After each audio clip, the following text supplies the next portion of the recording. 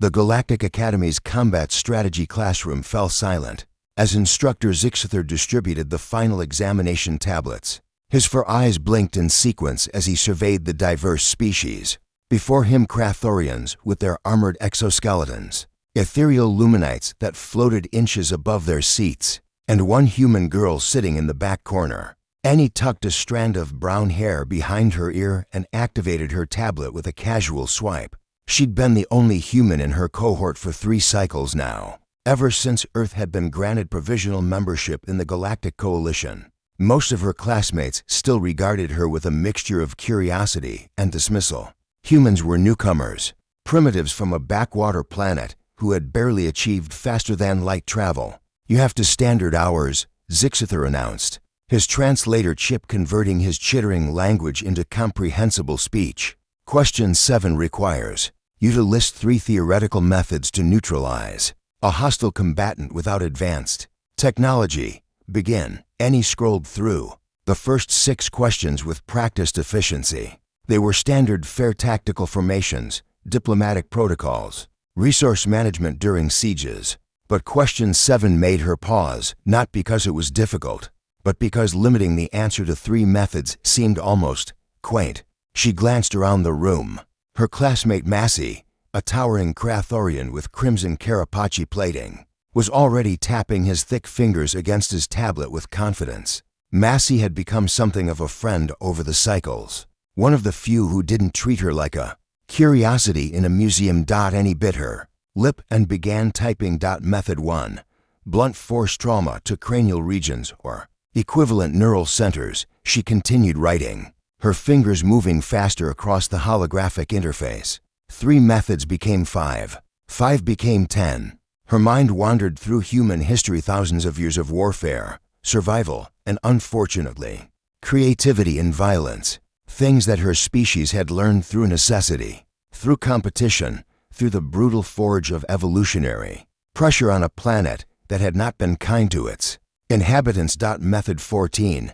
Induced hypothermia. Through prolonged exposure to cold environments, Annie's stylus never stopped moving. She documented techniques from every continent, every era of human civilization. Methods learned by soldiers, hunters, and warriors across millennia. Some were brutal and direct, others were subtle and insidious. She categorized them by efficiency, resources required, and likelihood of success. At the front of the classroom, Instructor Zixither made his rounds, his anti-gravity platform humming softly as he floated between rows. He paused occasionally to observe a student's work, offering a nod of approval or a gentle correction.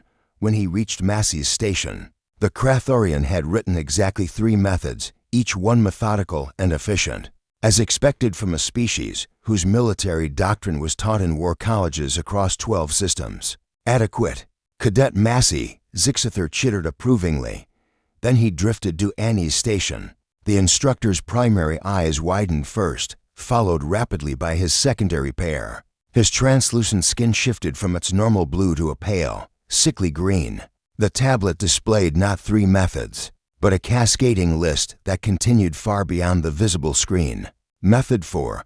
Asphyxiation through multiple vectors, manual strangulation, frontal or rear approach, ligature strangulation using improvised materials, clothing, wire, organic fibers, compression of the trachea using body weight leverage, drowning in liquid medium water, mud, or other sufficiently viscous substances, smothering using soft materials to obstruct airways, choking via foreign object insertion. The level of detail was staggering. Subcategories, variations, historical precedents, efficiency ratings. Instructor Zixither's anti-gravity platform wobbled. "Cadet Annie," he managed to rasp, his translator struggling to keep pace with his rapidly chittering distress calls. "You've listed 30, actually, sir, I'm only at 27," Annie said, looking up with innocent brown eyes. "I have a few more minutes, and I was thinking about environmental hazards that could be weaponized." The instructor's platform tilted sharply to the left. His 4 eyes rolled back in an unsynchronized pattern that indicated severe neural shock in his species. With a soft thump, Zixither collapsed onto his platform, unconscious. The classroom erupted in chaos. Massey was the first to reach the instructor, his massive form surprisingly quick. "Someone contact medical," he bellowed, his mandibles clicking in agitation. Then he turned to Annie, who had stood up from her desk, her face stricken with concern. "What did you write?" Massey demanded, though his tone was more curious than accusatory. Annie handed him her tablet wordlessly. The Krathorian's Karapachi plates rippled the equivalent of a full-body shudder. "By the ancestral hive. Annie, this is comprehensive. I thought we were supposed to be thorough," she said defensively. The question asked for methods to neutralize hostile combatants. "I was just being complete." "Complete." Massey's voice rose an octave. "You've documented 30 distinct ways to kill someone with nothing but your appendages and environmental resources. Method 17 involves using a person's own circulatory system against them." The medical team arrived within minutes, carefully loading the still unconscious Zixither onto a gurney dot as they departed. The head medic, a serene luminite named Brightness Through Clouds, paused beside Annie's desk. She gestured to the tablet with one translucent appendage. "May I?" Annie handed it over reluctantly.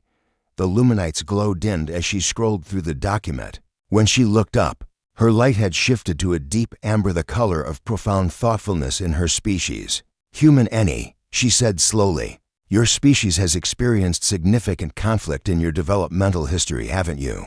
Annie nodded slowly. "We've had our share of wars, competition, survival challenges. That much is evident." Brightness Through Clouds returned the tablet. "What concerns me is not that you know these methods. Many species have violent pasts. What concerns me is the casual efficiency with which you've categorized them, as if this knowledge is simply background information that any person would possess." Massey placed a heavy claw on Annie's shoulder gently for him. "On my world, our warrior caste trains for cycles to master even 5 lethal techniques. You've just listed 30 like you were writing a grocery list." Annie looked between them, finally understanding the weight of what she'd done. "On Earth, we have a saying. Humans are the only species that needed to invent the Geneva Conventions. We made rules for war because we got too good at it. Too creative."